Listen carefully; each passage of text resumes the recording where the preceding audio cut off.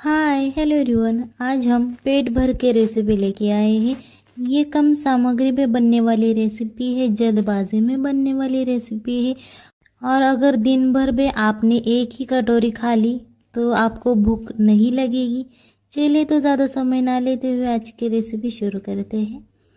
सबसे पहले हमें यहाँ पर कढ़ाई लेनी है। देन इसके बाद उसमें हमें 2 चम्मच ऑयल डालना है। अगर आपको लेस ऑयल बनाना है तो आप आधा से 1 चम्मच डालिएगा। देन इसके बाद और ये मैंने 6 से 7 लहसुन की कलियाँ ली है बारीक काटी हुई। ये भी हमें इस ऑयल में डाल देनी है और अच्छी तरह से ये दोनों फ्राई करके लेना है हमें। और ये हमें ब्राउन होने तक फ्राई करके लेना है। वीडियो अच्छी लग रही हो तो वीडियो को लाइक कर दीजिएगा। देन इसके बाद हमें डाल देना है, ये मैंने 2 बड़ा काटा हुआ प्याज लिया है। अगर आपको प्याज ज़्यादा पसंद हो तो और डाल सकते हैं, वरना कम डाल सकते हैं। अब ये प्याज हमें अच्छी तरह से भून लेना है। देन इसके बाद हमें डालना है, यहाँ पर हमें 2 ग्रीन चिली बारीक काटी हुई डालनी है। अगर आपको ज़्यादा तीखा पसंद हो तो आप ज़्यादा डाल सकते हैं, वरना ये इतनी काफ़ी होती है हमारे रेसिपी के लिए। अब ये हमें अच्छी तरह से ब्राउन होने तक भून लेना है ताकि हमारा जो प्याज है वो अच्छी तरह से पक जाएगा। देन इसके बाद हमें डालना है, 1 काटा हुआ टमाटर डाल देना है। अगर आप दिन भर भी 1 कटोरी खा लेंगे ना तो पूरे दिन भर आपको भूख ही नहीं लगेगी। देन इसके बाद हमें डाल देना है, ये मैंने बड़ा बड़ा काटा हुआ शिमला मिर्च ली है। देन इसके बाद हमें डालना है गोभी। अगर आपको गोभी पसंद हो तो आप डालिएगा, वरना अवॉइड भी कर सकते हैं। यहाँ पर आपको जो भी सब्जियाँ पसंद है वो आप डाल सकते हैं। देन 1 कप हमें काटा हुआ स्प्रिंग अनियन लेना है। देन इसके बाद हमें डालना है, ये मैंने बड़ा बड़ा काटा हुआ धनिया लिया है, क्योंकि इसका टेस्ट बहुत अच्छा आता है जब हम बड़ा बड़ा धनिया काटते हैं। अब हमारी सभी सब्जियां डाल के हो चुकी है। अब हमें ये अच्छी तरह से मिक्स कर लेना है और इसे हम तेल में ऐसे ही फ्राई करेंगे आधा से 1 मिनट के लिए, ताकि इसका जो कच्चापन है वो निकल जाएगा। आप चैनल पे नए हैं तो चैनल को सब्सक्राइब कर दीजिएगा, और ताकि आने वाले वीडियोस की नोटिफिकेशन आपको सबसे पहले मिल जाएंगी। देन इसके बाद हमें डाल देना है स्वादानुसार नमक। और स्टार्टिंग में इसमें हमें पानी बिल्कुल भी नहीं ऐड करना है, क्योंकि क्या होता है इसमें हमने नमक डाला है, इसीलिए पानी नहीं ऐड करना है। अब हम इसे ढककर रख देंगे आधे से 1 मिनट के लिए धीमी आंच पर, ताकि इसका जो पानी है वो बाहर निकल आ जाएगा। आप देख पा रहे हैं यहाँ पर 1 मिनट पूरा हो चुका है और सब्जियाँ गलने लगी है और इसे पानी भी छूट रहा है। इसीलिए हमने स्टार्टिंग में इसमें पानी बिल्कुल भी नहीं ऐड किया था। देन इसके बाद हमें ऐड कर देना है 2 गिलास पानी हमें ऐड करना है। आप अपने हिसाब अनुसार भी कर सकते हैं। यहाँ पर हमें 2 गिलास पानी ऐड करना है और ये अच्छी तरह से मिला लेना है, ताकि जो सब्जियां हैं वो अच्छी तरह से घुल मिल जाएंगी पानी के साथ में। देन इसके बाद हम क्या करेंगे, इस पर एक ढक्कन रख देंगे ताकि ये अच्छी तरह से उबल जाएगी। अब 5 मिनट के उबाल देना है। यहाँ पर मैंने एक मिक्सी लिया है, मिक्सी का जार। देन इसके बाद हमें इसमें डालना है आधा कप गेहूं का आटा। आप यहाँ पर मैदा भी इस्तेमाल कर सकते हैं, पर आज हम हेल्दी बनाने वाले हैं, सो आज हम गेहूं का आटा ही इस्तेमाल करने वाले हैं। देन इसके बाद हमें ऐड करना है 5-6 लहसुन की कलियाँ ऐड करनी है, वो भी साबुत ही करनी है। देन 1 चम्मच हमें इसमें ऑयल मिला देना है। आप यहाँ पर घी भी इस्तेमाल कर सकते हैं।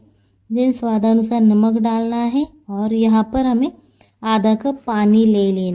यहाँ पर ये मैंने छोटा 1 कप पानी लिया है, बट हमने जिस कप से आटा लिया था वो आधा कप हमें पानी इसमें ऐड कर देना है और ये अच्छी तरह से मिक्स में पीस लेना है। आप देख पा रहे हैं हमारे आटे की कंसिस्टेंसी इस प्रकार हमें रख देनी है। ज़्यादा गाढ़ा भी नहीं करना है और ना ज़्यादा पतला करना है, मीडियम हमें ऐसा बैटर बना के लेना है। आप उसके हिसाब से भी पानी डाल सकते हैं। पानी ज़्यादा कम हो सकता है।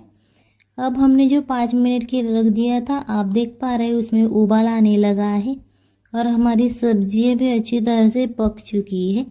ज़्यादा समय नहीं लगता है ये रेसिपी बनाने के लिए, सिर्फ 5 से 10 मिनट लगते हैं। अब हमने जो आटा बना लिया था वो इस छलनी पे हमें डाल देना है और एक चम्मच की मदद से इस प्रकार से इसे हिला देना है ताकि जो छलनी की होल है उसमें से आटा नीचे आ जाएगा और बूंदी हमारी तैयार हो जाएगी। आप देख पा रहे इस प्रकार से हमें ये बना लेना है। ज़्यादा समय नहीं लगता है, आप हाथ से भी कर सकते हैं और चम्मच की मदद से भी इस प्रकार से बूंदी बना सकते हैं। और यहाँ पर बूंदी नहीं बनती है तो जो छलनी से नीचे गिरता है वो अच्छी तरह से उबल के ऊपर आ जाता है। इसका मतलब ये नहीं है हमारा कि गोली शेप बनेगा, जो शेप बनेगा वो भी हमें चल जाता है, क्योंकि क्या होता है हमने ये हेल्दी सूप बनाया है। अब ये पकने में ज़्यादा समय नहीं लगता है, ये उबलते पानी में हमने डाला है इसीलिए जल्दी ही पक जाता है 1 से 2 मिनट में। इस प्रकार से हमारा ये हेल्दी सूप तैयार हो चुका है, आप सुबह शाम खा सकते हैं। चलिए तो फिर मिलते हैं अगली रेसिपी में, तब तक के लिए बाय बाय, टाटा। हाय, हॅलो एव्हरीवन। आज आपण मळलेल्या पिठाची किंवा तुम्ही असं म्हणू शकता की जेव्हा आपण चपाती करण्यासाठी पीठ भिजवतो तेव्हा आपलं थोडंसं पीठ शिल्लक राहतं, तेव्हा त्या पिठापासून आपण नवीन रेसिपी बनवणार आहोत, जी की लहानांपासून मोठ्यांपर्यंत आवडेल अशी ही रेसिपी आहे। ही रेसिपी तुम्ही कधीच बघितली नसेल। या रेसिपीसाठी सगळ्यात पहिल्यांदा आपल्याला यायचं आहे, त्याच्यानंतर पिकलेला अर्धा टोमॅटो घ्यायचा आहे आणि ते मिक्सरच्या भांड्यामध्ये घालून घ्यायचं आहे। त्याची छान अशी आपल्याला पेस्ट बनवून घ्यायची आहे। ही पेस्ट बनवताना तुम्ही यामध्ये पाणीसुद्धा घालू शकता आणि जर नाही घातलं तरीही चालेल, कारण यामध्ये आपण टोमॅटो घातलेला आहे। छान अशी याची आपल्याला एक पेस्ट बनवून घ्यायची आहे।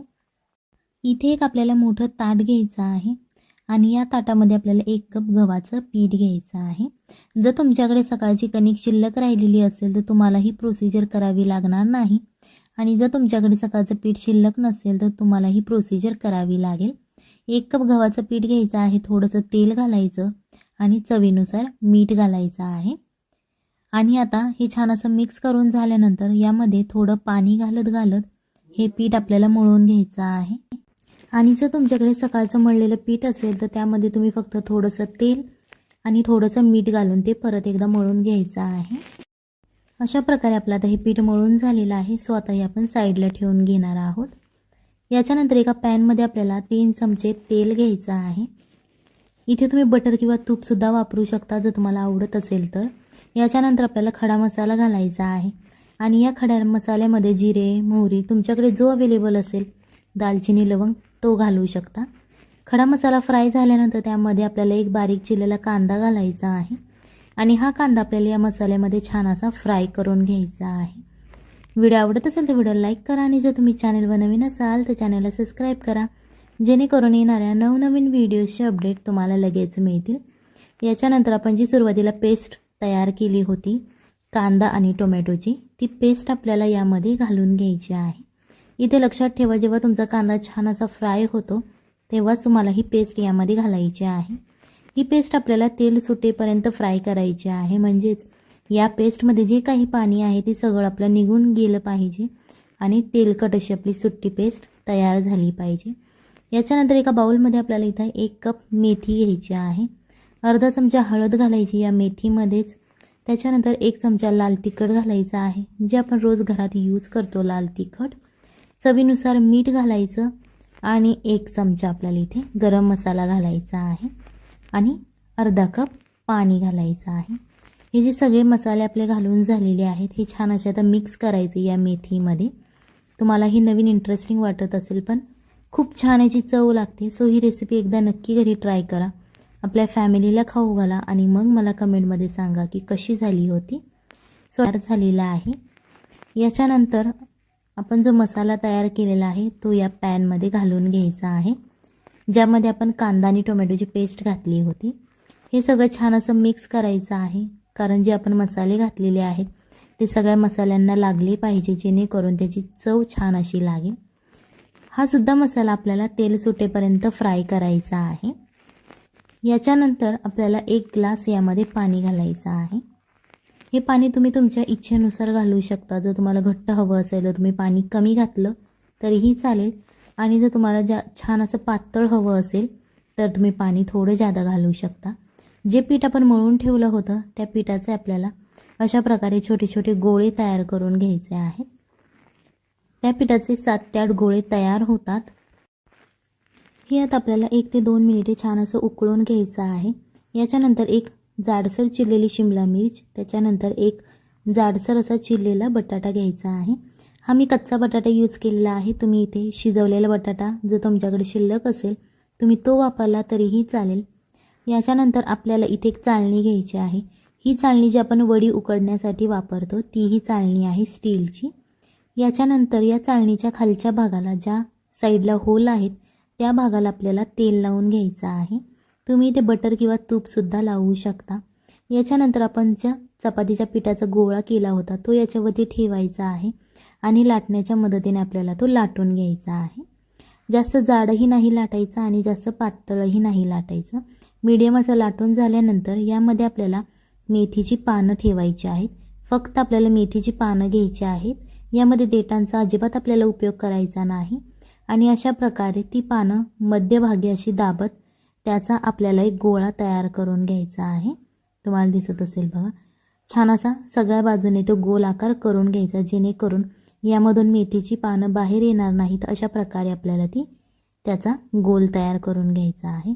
याच्यानंतर परत तो गोल आपल्याला या चाळणीवरती ठेवायचा आहे आणि लाटण्याच्या मदतीने आपल्याला तो लाटून घ्यायचा आहे। जास्त जाडही नाही लाटायचा आणि जास्त पातळही नाही, मीडियम असा लाटून घ्यायचा आहे। आणि इथे काहीच अशी स्ट्रिक्टनेस नाही आहे की हा जो आपला गोळा आहे तो गोलच झाला पाहिजे। तुम्हाला दिसत असेल बघा, अशा प्रकारे छान अशी डिझाईन खालच्या बाजूने उठलेली आहे। सो याला अजिबात हात लावायचा नाही, अशीच डिझाईन आहे अशीच तेलामध्ये आपल्याला ही सोडून द्यायची आहे। इथे तेल सगळ्यात पहिल्यांदा छान असं कडकडीत गरम करून घ्यायचं आहे आणि नंतर गॅस आपल्याला मीडियमवरती ठेवायचा आणि त्याच्यानंतरच ही जी पुरी आपण तयार केलेली आहे ती या तेलामध्ये सोडून घ्यायची आहे। सगळ्यात पहिल्यांदा ती एका बाजूने छान अशी फुगली की नंतरच आपल्याला ती पलटी करायची आहे, जेणेकरून ती दुसऱ्या साईडनेही छान अशी फुगली पाहिजे अशा प्रकारे। आणि टेन्शन घेऊ नका, जर तुमची पुरी फुगली नसेल तर ती कुठे थोडीशी फाटली असेल तर ती फुगणार नाही। सो लाटतानाच तुम्हाला काळजी घ्यावी लागेल की आपली पुरी फुगली पाहिजे, त्याच्यासाठी आपली पुरी कुठेही फाटली नाही पाहिजे। अशा प्रकारे तुम्ही ती लाटून घ्यायची आहे। ही दोन्ही साईडने आपल्याला क्रिस्पी होईपर्यंत फ्राय करून घ्यायची आहे। ही रेसिपी नक्की एकदा घरी ट्राय करा, आपल्या फॅमिलीला खाऊ घाला आणि मग मला कमेंटमध्ये सांगा कशी झाली होती। सो अशा प्रकारे आपल्या या पुऱ्या तयार झालेल्या आहेत। आणि ही जी आपण बटाट्याची आणि शिमला मिरचीची भाजी तयार केलेली आहे ती सुद्धा आपली बटाट्याची भाजी शिजून तयार आहे। सो अशा प्रकारे तुम्ही सर्व करू शकता आणि या पुरीबरोबर तुम्ही ही भाजी खाऊ शकता। खूप छान याची टेस्ट लागते। ही तुम्ही नाश्त्यासाठी, जेवणासाठी किंवा लहान मुलांच्या टिफिनसाठी सुद्धा तुम्ही ही रेसिपी देऊ शकता। आणि ही पुरी तुम्ही चहाबरोबर सुद्धा खाऊ शकता। 1 ते 2 दिवस ही पुरी तशीच राहते, अजिबात खराब होत नाही। चला तर मग भेटूयात पुढच्या एका नवीन रेसिपीमध्ये। तोपर्यंत बाय बाय, टाटा।